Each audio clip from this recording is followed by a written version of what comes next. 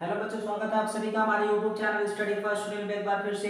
आज मैं आप लोग के लिए area of triangle, area of parallelograms के कुछ फार्मूले यहाँ पर के लेकर के आया हूँ। इस वीडियो में आज हम शुरू करेंगे। चलिए शुरू करते हैं। Area of triangle. Area of triangle क्या होता है? Area of triangle half into base into height होता है। किसी भी ट्रायंगल के एरिया के लिए फार्मूला है। जो फार्मूला हम आपके सामने लिख रहे हैं, ये किसी भी ट्रायंगल का एरिया आप निकाल सकते हैं। Half into base into height, ठीक है। 1/2 इंटू बेस की वैल्यू b से दिखाया गया और हाइट की वैल्यू को हमने h से दिखाया है। अब सबसे बड़ा सवाल है कि हमें कैसे पता करेंगे कि ये हाइट है और ये बेस है। ये हमें पता होना चाहिए किसी ट्रायंगल में, क्योंकि ट्रायंगल हमारे पास 6 प्रकार के होते हैं। तो हमें हर ट्रायंगल में हाइट और बेस डायरेक्ट हमें सामने मिले जरूरी नहीं है। तो हम पता कैसे करेंगे कि यही बेस है और यही हाइट है, ठीक है। चलिए क्लियर करते हैं।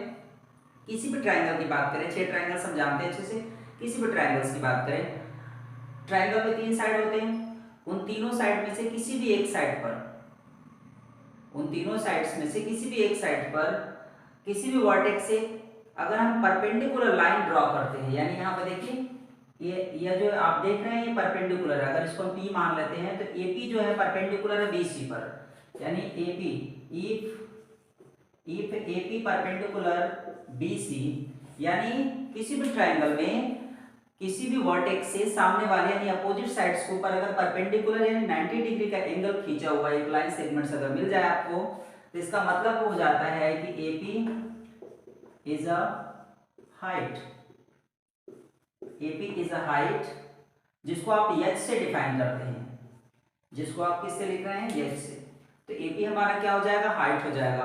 और जिस लाइन के साथ वो मिल करके परपेंडिकुलर यानी 90 डिग्री एंगल बना रहा है उसे हम क्या कहेंगे? बेस कहेंगे। तो हमारा बेस BC हो जाएगा, जिसको आप B से लिख रहे हैं, ठीक है। तो किसी भी ट्रायंगल की बात करें, चाहे 6 के 6 में ट्रायंगल में से कोई भी ट्रायंगल हो जिसमें आपको हाइट और बेस डायरेक्ट नहीं मिल रहा है, तो आप क्या करेंगे?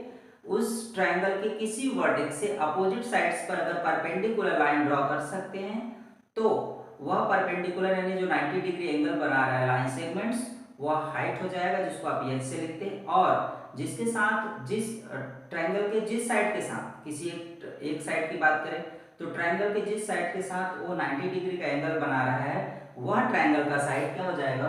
बेस हो जाएगा, जिसको हमने B से लिखा हुआ है यहाँ पे।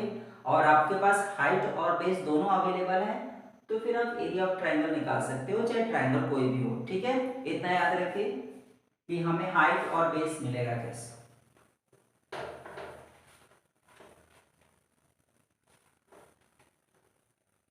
अब हम दूसरे डायग्राम का एरिया का फार्मूला लिखते हैं। Area of parallelogram.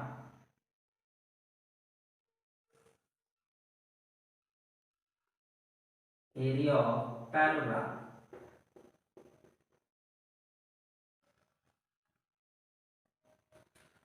ये पैरेललोग्राम ABCD है जिसका हमें एरिया निकालना है।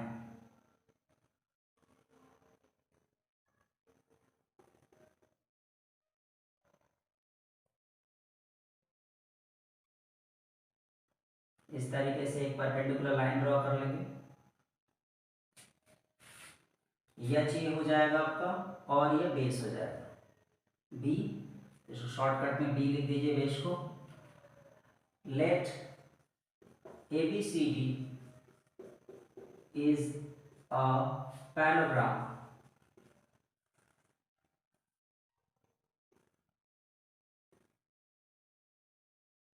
पैरेललोग्राम।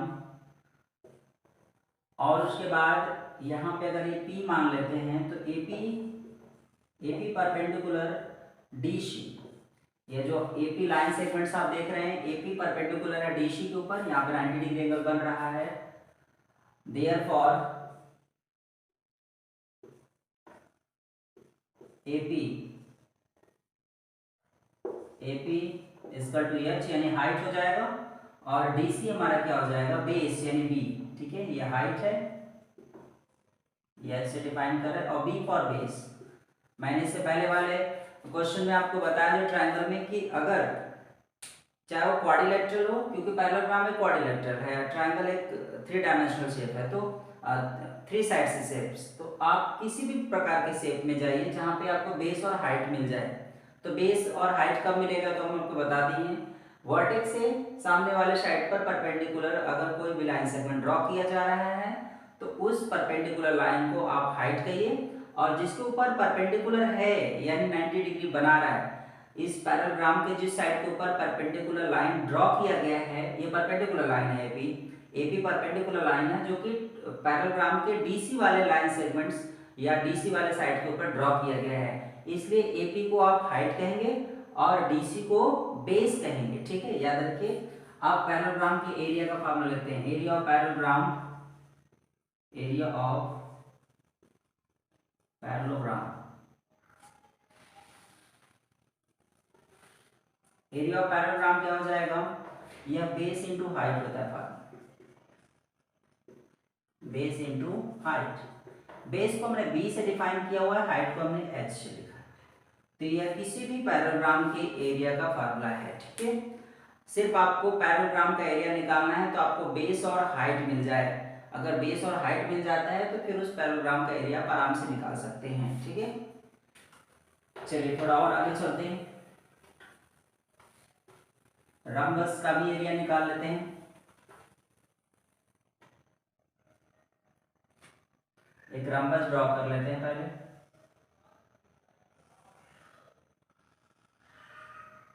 ये हमारा रम्बस है, इसका ये डायगोनल हमने खींच रखा है, तो एबीसीडी रम्बस है, दो डायगोनल है D, D1 and D2।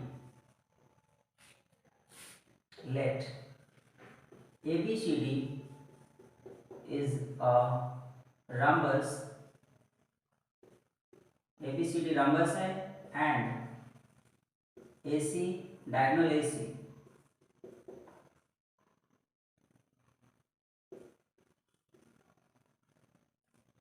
AC is equal to D1 and diagonal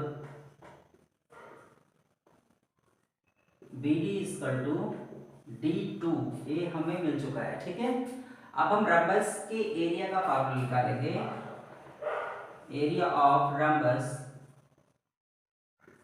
area of rhombus is equal to D1 into D2। एक तो ये हो जाएगा, एरिया ऑफ रम्बस का फार्मूला है जिसको आप सॉल्व करेंगे आराम से, आप एरिया ऑफ रम्बस निकाल सकते हैं।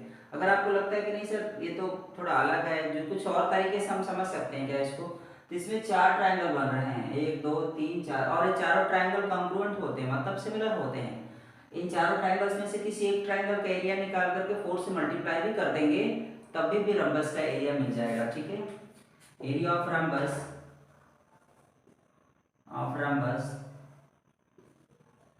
is equal to 4 into area of a triangle, यानी एरिया ऑफ ए ट्राइंगल क्या है, 4 इंटू 1/2 बेस इंटू हाइट। उस हिसाब से देखिए तो 2 से 2 कट जाएगा, ये 2 इंटू बेस, बेस को b लिखते हैं और हाइट को h, इसके बाद हम 2bh इसको लिख सकते हैं। यह 2bh जो निकलेगा वह एरिया ऑफ रम्बस होगा, यानी किसी भी रम्बस का एरिया होगा जो ट्रायंगल के बेस पे निकाल सकते हैं। अब बेस का मतलब होगा कि ट्रायंगल का कोई भी एक साइड जो बेस हो और एक साइड जो हाइट हो।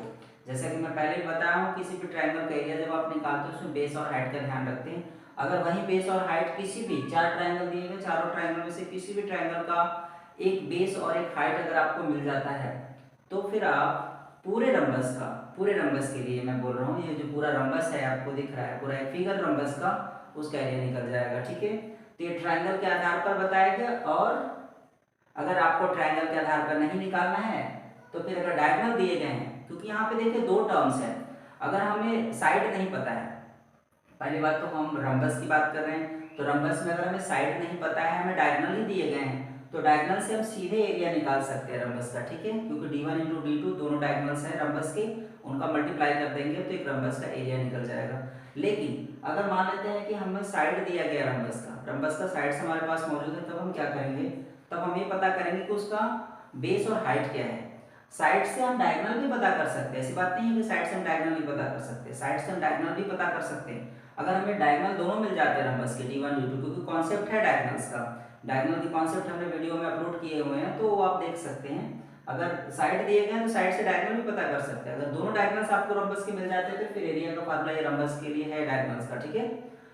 अगर आपको लगता है कि नहीं हम डायगोनल के पास क्यों जाएंगे, हम एक साइड जो बेस होगा और एक हाइट एक ट्रायंगल का निकाल लेते हैं, किसी भी एक ट्रायंगल का बेस और एक हाइट निकाल लेते हैं और उसमें 4 से मल्टीप्लाई करके पूरे रंबस का एरिया निकाल लें, तो भी आपको कर सकते हैं, उसमें कोई दिक्कत नहीं। तो दोनों फार्मूले आपके रंबस के लिए अवेलेबल है, जो डायरेक्ट डायगोनल बेस पे है और दूसरा ट्रायंगल के एरिया बेस पर है रंबस का एरिया, ठीक है, क्लियर। चलिए आगे चलते हैं।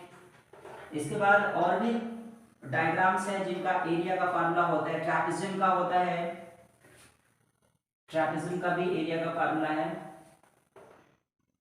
तो एक ट्रैपेजियम ड्रॉ कर लेते हैं यहाँ पे।